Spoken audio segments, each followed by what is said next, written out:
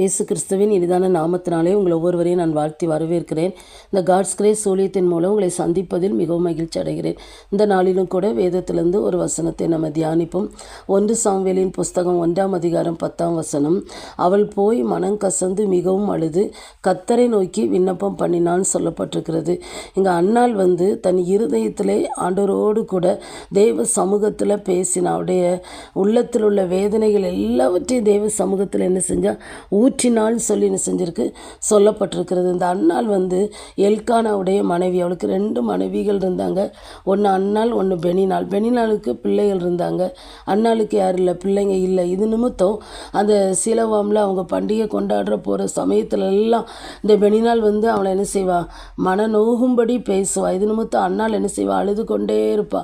ஆனால் ஒரு நாள் என்ன செஞ்சா, தேவ சமூகத்தில் அந்த ஆலயத்தில் போய் அவன் மனம் கசந்து அழுது ஜெபம் பண்ண ஆண்டவர் அவளுடைய கண்ணீருக்கு மனம் இறங்கி அவளுக்கு அழகான ஒரு ஆண் குழந்தை என்ன செஞ்சார், கொடுத்தான்னு சொல்லி பார்க்கிறோம்.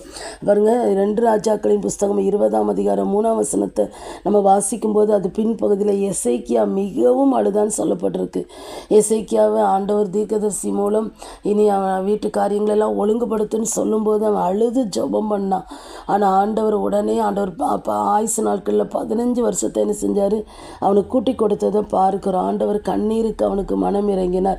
மரியாள் ஆண்டவருடைய பாதத்தில் தன் சகோதரனை இழந்த துக்கம் தாங்க முடியாதபடி கண்ணீரோடு அழுதால் சொல்லப்பட்டிருக்கு. அவன் அழும்போது ஆண்டவரால் என்ன செய்ய முடியல, இருக்க முடியல. அவரே என்ன செஞ்சார், கண்ணீரோடு இயேசு கண்ணீர் விட்டான்னு சொல்லி அந்த இடத்துல சொல்லப்பட்டிருக்கிறது. நம்ம கண்ணீர் வடிக்கும்போது ஆண்டவரால் சும்மா என்ன செய்ய முடியாது, இருக்கவே முடியாது. நம்ம வேதனைப்படும் போது ஆண்டவரால் சும்மா இருக்கவே முடியாது. தேவ பிள்ளைகள் தேவ சமூகத்தில் நம்ம கண்ணீர் வடிக்கும்போது, ஆண்டோடைய பாதத்தில் நம்ம கண்ணீர் வடிக்கும்போது ஆண்டவர் அதை பார்த்துட்டு அமைதியாக இருக்கவே மாட்டார். நம்முடைய வாழ்க்கையில் விடுதலையை தருவார், ஆசீர்வாதத்தை தருகிற ஆண்டவர், அற்புதங்களை செய்கிற ஆண்டவராக இருக்கிறார். அன்னைக்கு மரியாளுடைய சகோதரன் ஆண்டவர் உயிரோடு என்ன செஞ்சார், எழுப்பி கொடுத்தார்.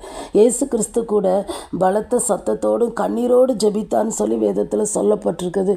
ஆண்டவரே கண்ணீரோடு என்ன செஞ்சார், ஜெபம் பண்ணினான்னு சொல்லி வேதத்தில் பார்க்குறோம். இன்னும் வேதத்தில் நிறைய பேருடைய வாழ்க்கையில் அவங்க கண்ணீரோடு ஜெபிக்கும்போது ஆண்டவர் அந்த கண்ணீருக்கு மனமிறங்கி அவங்க வாழ்க்கையில் என்ன செஞ்சிருக்கிறார், அற்புதத்தை செய்திருக்கிறார். நம்முடைய வாழ்க்கையிலும் கூட மனுஷரிடத்துல போய் கண்ணீர் வடிக்காமல் தேவ சமூகத்தில் நம்ம கண்ணீர் வடிக்கும்போது அந்த கண்ணீருக்கு பலன் உண்டு.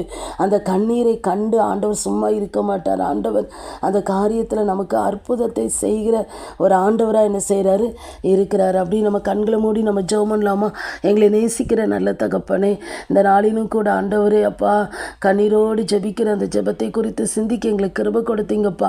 நாங்கள் தேவ சமூகத்தில் ஆண்டவரே கண்ணீர் வடித்து ஜெபிக்கிற ஒவ்வொரு ஜெபத்திற்கு நீர் பலன் தருகிறவராக இருக்கிறீரப்பா.